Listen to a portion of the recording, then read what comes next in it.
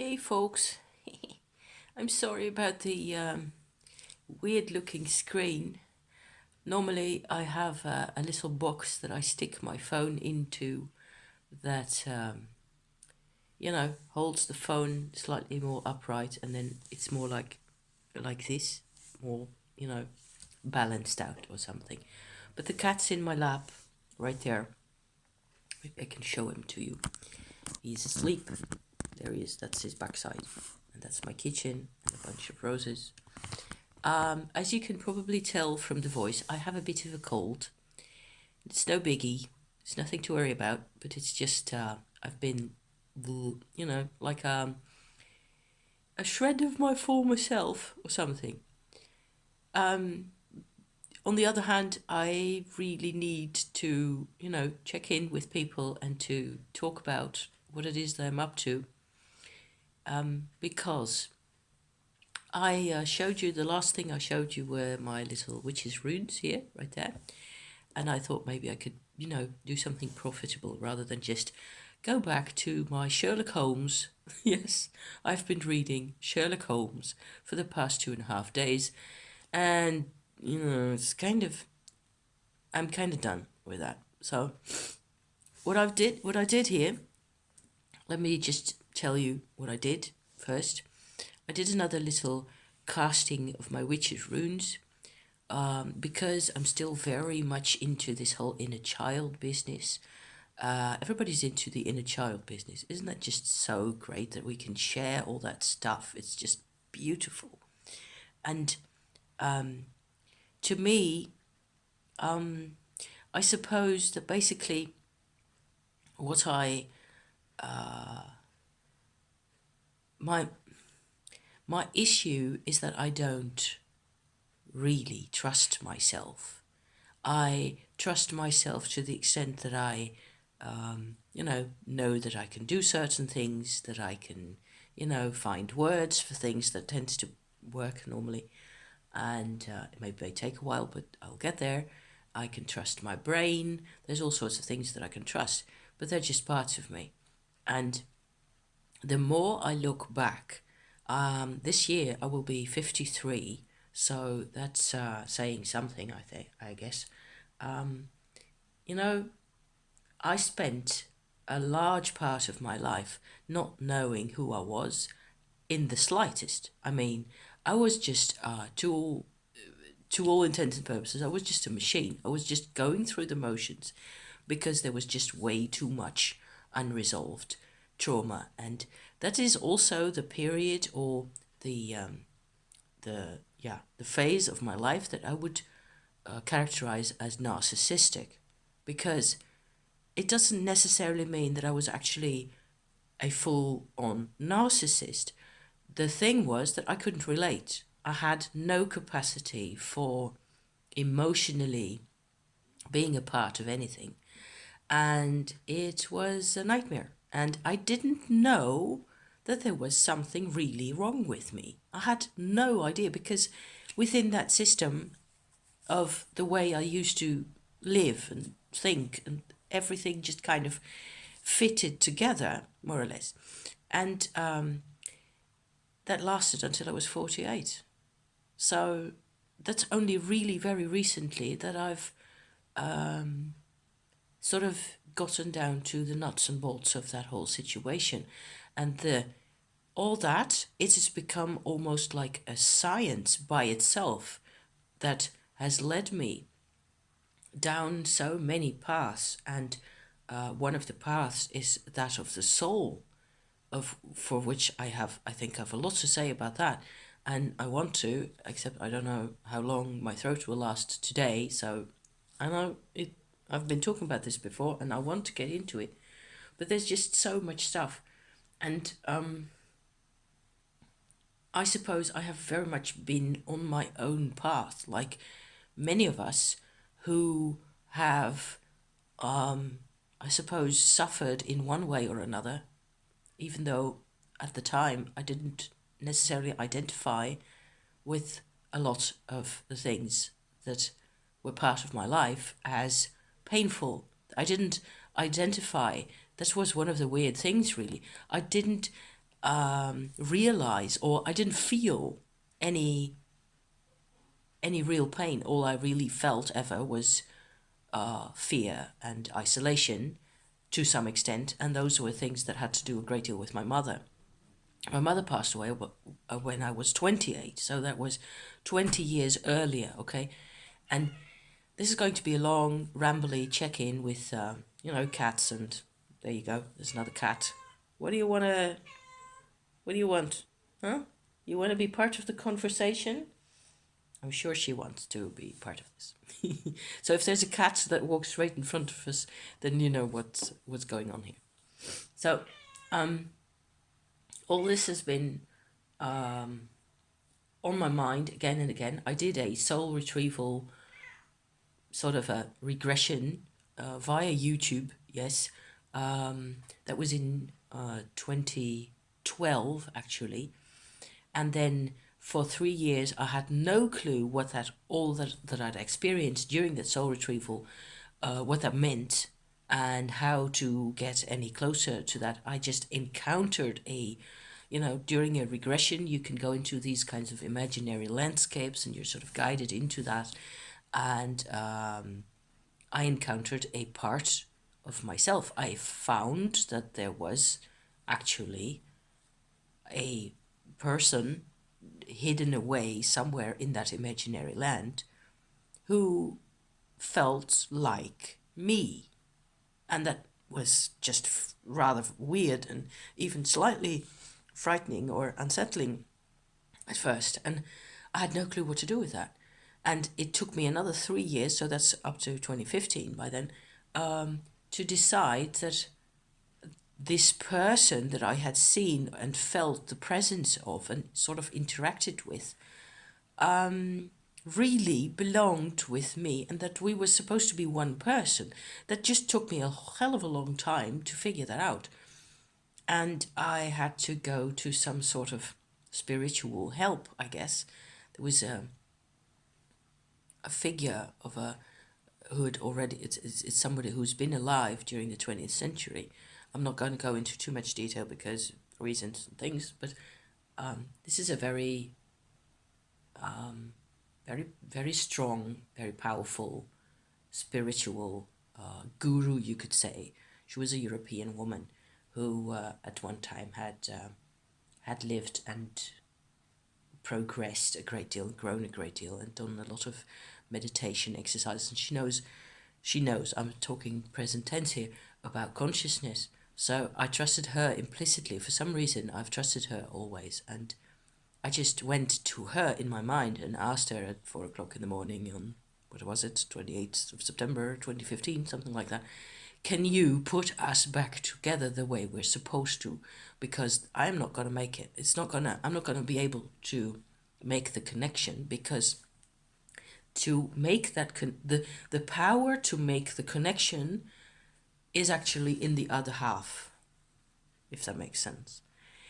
And so I needed some superior agent, some type of an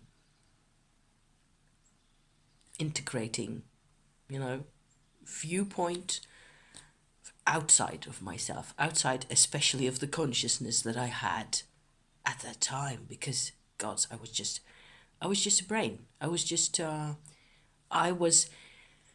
It wasn't like I didn't care at all. It was just, everything was very tightly locked away. Everything.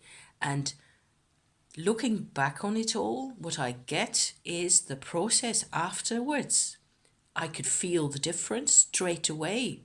The next few days were already completely different. I could feel that I felt like I was a child again, to the extent that I became aware of emotion, to the extent that I'm aware of it now. But that's a gradual thing. You cannot just, drop all that knowledge and all that interaction into a consciousness, into a person, and expect them to pick it up right away. You have to learn. So from then on, everything has been this learning process where everything I did everything I've done, everything I'm still doing, really, is about finding out who I really am. So if I say I don't trust myself, it is very much still from the mind viewpoint, from the old type of viewpoint, where I suppose it doesn't really help to say that, but it's just one of those moods. It's one of those things that happen, and I don't have to take it all that super seriously. That I don't, it's just that I still have so much that I don't know. I have so much. There's so much, right? There's so much stuff, and what it looks like now is that the part of me that was like stuck in the hole in the ground, what it looks like, as far as I can tell, it looks exactly like a classic soul retrieval experience where for some reason or other it was actually possible to break up my personhood, okay, my agent person. So the complete person that I'm supposed to be, okay, that I'm attempting more and more to be as I sit here, as I do this thing here, okay, with you guys. It's apparently possible to break that up. And people talk about soul retrieval all the time. I mean, if you just Google that, you'll get a lot of hits and you'll get a lot of people talking about this stuff, because people find that they are in the need of reintegrating parts of their consciousness, their personal, agency and all the rest of it, that they have actually lost within the span of this physical life. People talk about trauma in their childhoods and soul loss as a result of that a lot. There's quite a bit about that on the internet and everywhere. But that's not exactly the same thing, is it? Because to me, let me just go back to my tale here. What I have been seeing for myself is that reintegrating, reconnecting with this core, okay, that person in the hole in the ground, somewhere in a dungeon in Europe, probably in the 14th, 15th century, whatever that may have really been. I don't really know, and I'm not sure I really care about that. This person was actually more me as a woman, as a person, as a human than I was. So that's why I didn't have the capacity to get her, ass over here. And I tried, but it didn't work because I couldn't make the connection. And she, to the extent, this is going to be a really weird video. Just, if you like it, great. If you don't, just go do something else, please, because I'm going to freak you out with my broken up consciousness bits. It's important to me, and I know there's other people out there to whom this matters. So, this woman out there was actually more me than I was. I was only the body, but she did not have a body. So she didn't have all the apparatus, I suppose, to reconnect. She was only a program, a loose strand of programming attached to a set of circumstances. Probably one thing that has always struck me about that experience is that she actually died in childbirth in that dungeon by herself. So that's not really nice. This movie land here. This is Games of Thrones and things. And Lord of the Rings, weird stuff, So it's possible that actually caused the breakup, that for some reason a part of her incarnation energy was sent on. Maybe this happens every day. Maybe there's loads of people out there. That's why I'm recapitulating this story again once more, because I've got a couple of new subscribers again, and all people are really, think you guys are interested and you think, and I've seen in the comments you like to think about life. So here's my 3.5 cents worth of things. And I will talk for probably another 15 minutes or so until I really decide I have to go back to bed or whatever. And it'll be this is what it will be like. So consciousness to me has become this really powerful and also really incomplete thing by itself. It's like our consciousness is theoretically and ideally supposed to be this perfect crystal. You are a crystal, and that's what everybody's talking about. Everybody's always talking about, I'm a me, I'm this, I am, this great manifestation of my soul or whatever. The way I'm looking at it nowadays is that we are very imperfect manifestations of our souls. A soul's there, oh yes, only for the soul, between the actual energy of the soul over there, over yonder, and us here, and the way we are sort of messing about with things, and the way we're limited to in so many contexts, there's a big there's still a lot to be that has to be explored, and it's really fascinating to me the more I try to meditate with the soul, and there's all sorts of things that can be said about that. My impression is that the soul itself does not incarnate at all, because by definition almost the soul is what really keeps us going. Yes, it's what pulls the strings, it's what determines how we are, what our natures are, how what your nature is a manifestation of a part of your soul. Yes, very much so. But the soul itself, in my experience, in my interpretation of things, in order to be able to do that and to provide all these levels of consciousness, including the breakups and the fragmentation and the trauma and all the rest of it, in order for that to be possible, the soul has to be outside of physical life.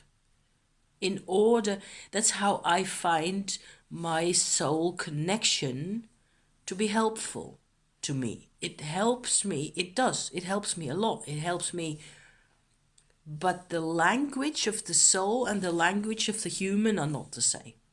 Not ever.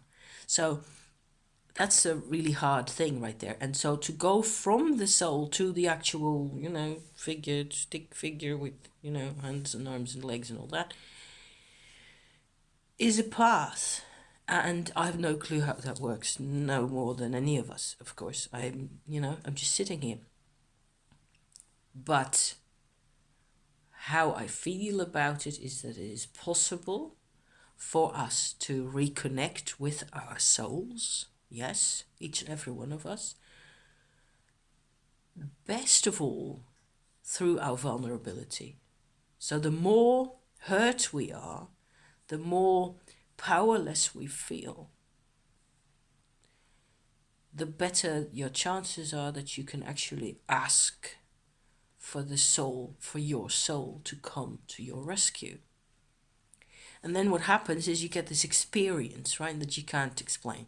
I get this experience where there's this, or what I can only describe as energy or sunlight or some type of vibration like that.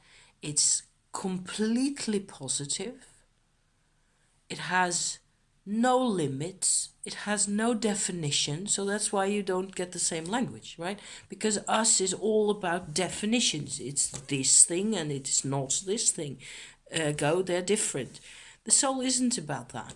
The soul is all about something else. It's different. It's about levels of integration and about consciousness by itself, pure and powerful. And it has, I suppose, there's certain aspects in our lives that come closer to soul vibrations, like gratitude and forgiveness and those types of really big heartfelt vibrations. When you're in a state like that, then you're closer to the soul. But not because they're so good and because it's, according to some type of a dogma or any of it. It's just that the soul likes boundaries to fall away and integration to take place. So this is probably going to be my first in my soul series. So there we go. It just sort of cobbles it together from these elements. And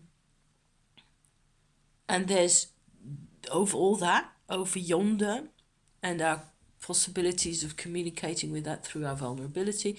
There's my story about on the plane of the earth being, sort of broken up into bits and pieces and having to, after 48 years, get back into contact with this core self of me that I could actually interact with people, that actually knows about what a human being is and how to, exchange and care and support and give things and all that. I didn't have any of that.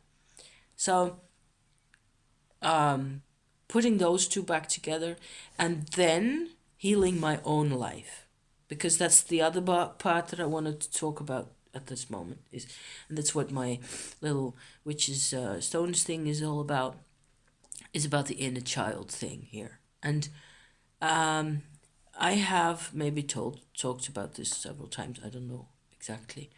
I have moved, my parents divorced, blah blah, very common. My parents had almost the same birth horoscope, slightly less common. My parents had certain qualities that were the same and certain things that were completely different, and they just had a very hard time with each other. They were both traumatized, they had all sorts of trauma history and all stuff. They couldn't communicate. They were really good at expecting the other guy to, step up and understand everything. My mother, yeah, she, yeah, she was really.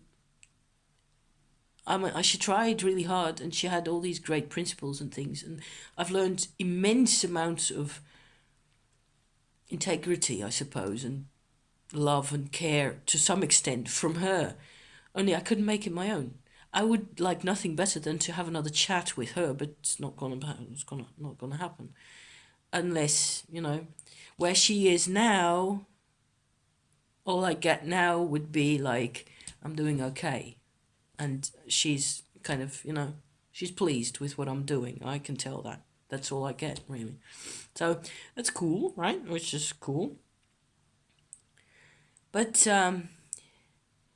we had to move house like 20 times or something, and I moved and I moved and I moved after, I was completely fragmented in my present day emotional, to the extent that I had to the only option I had was to go into this soul retrieval thing, reclaim apparently the part of myself that can actually deal with emotions, and then I have to go back and see my inner child, and my inner child is the person or the part of me that can actually connect with my soul best of all.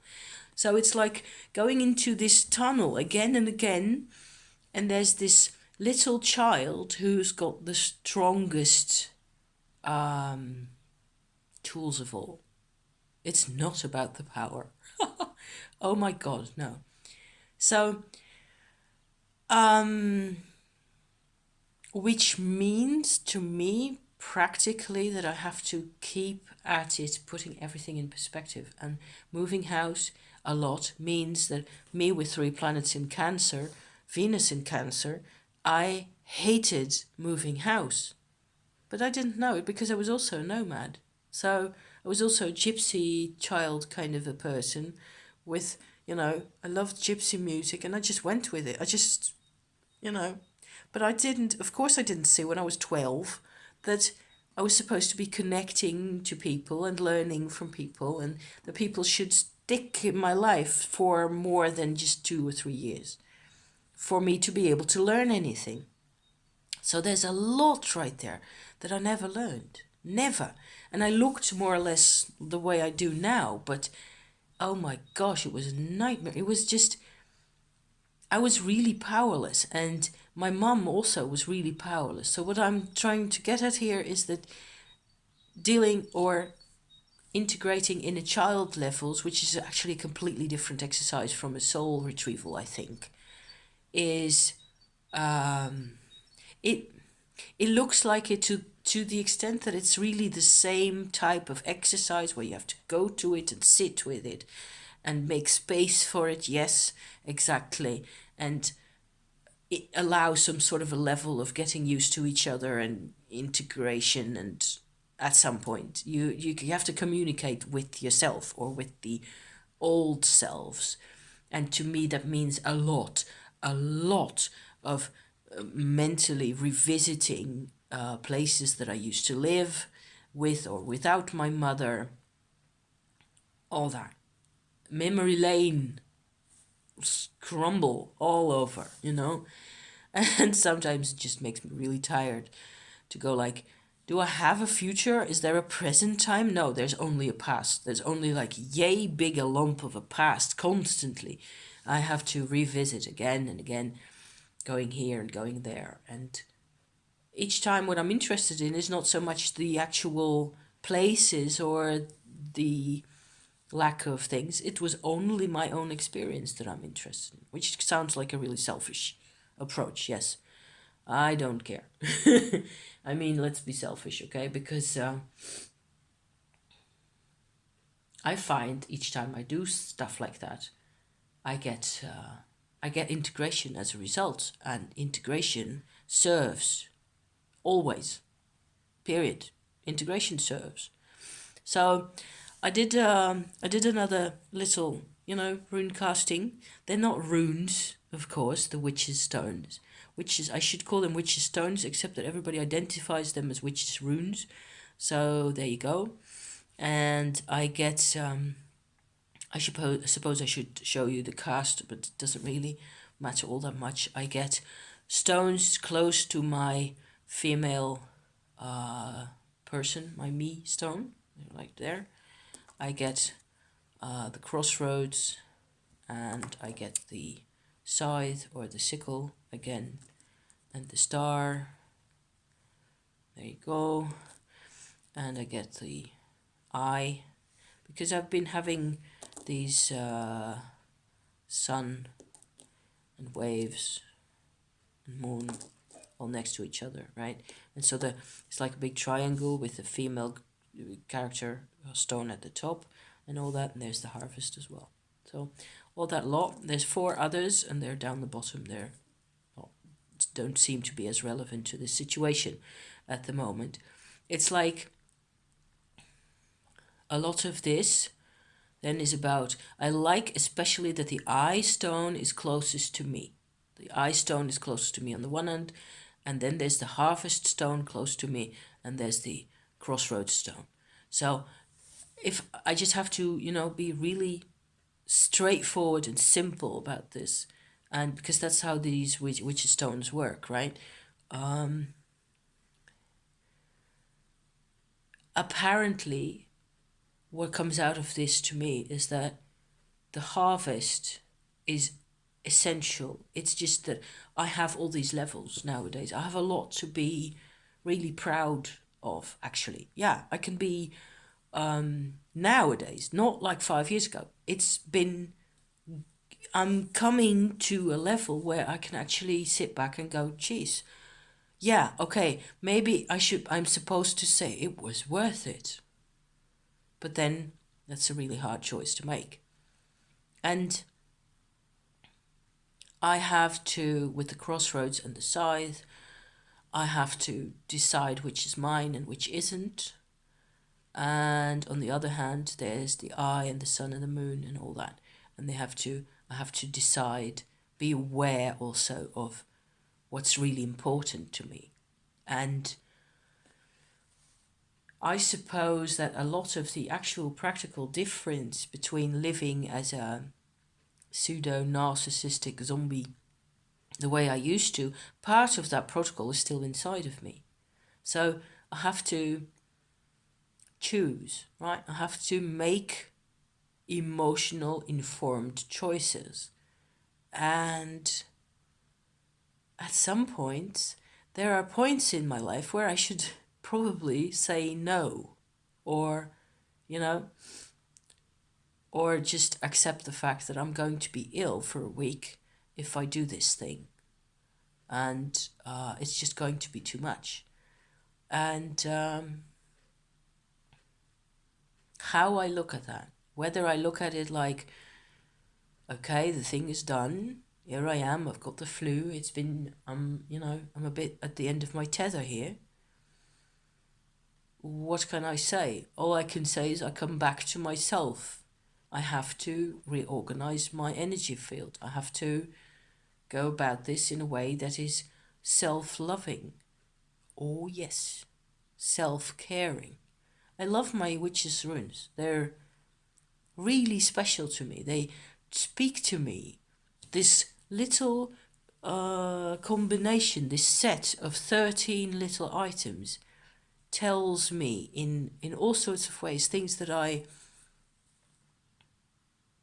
you don't get with more complicated systems.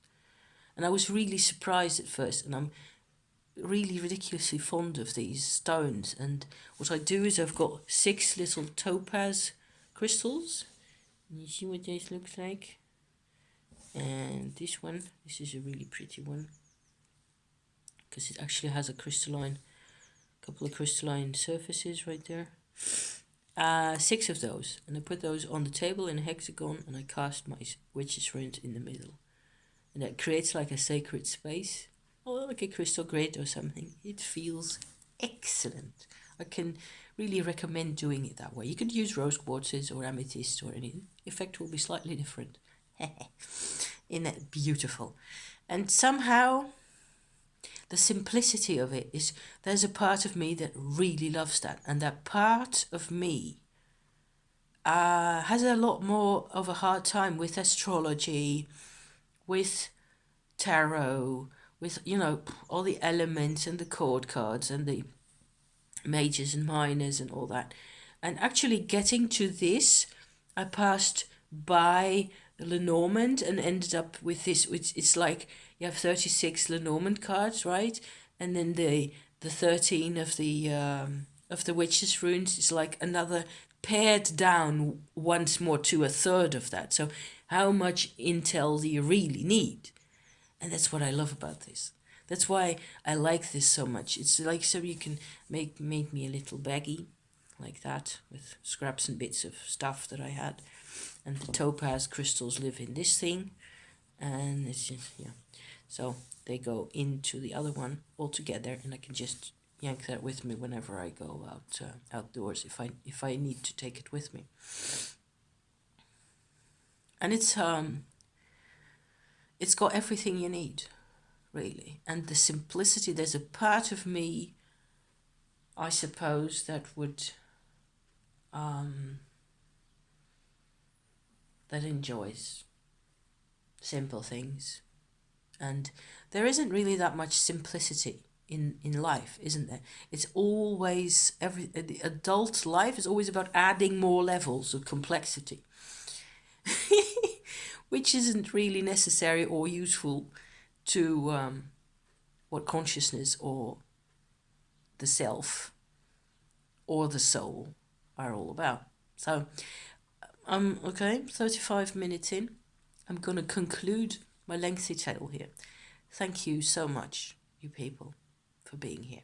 And let me hear about yours, because I've got a bit of watching to do, but I will watch always. So thank you, and see you again probably next week. Okay. So bear because of the congestion. So have a nice weekend. See you soon. Bye bye.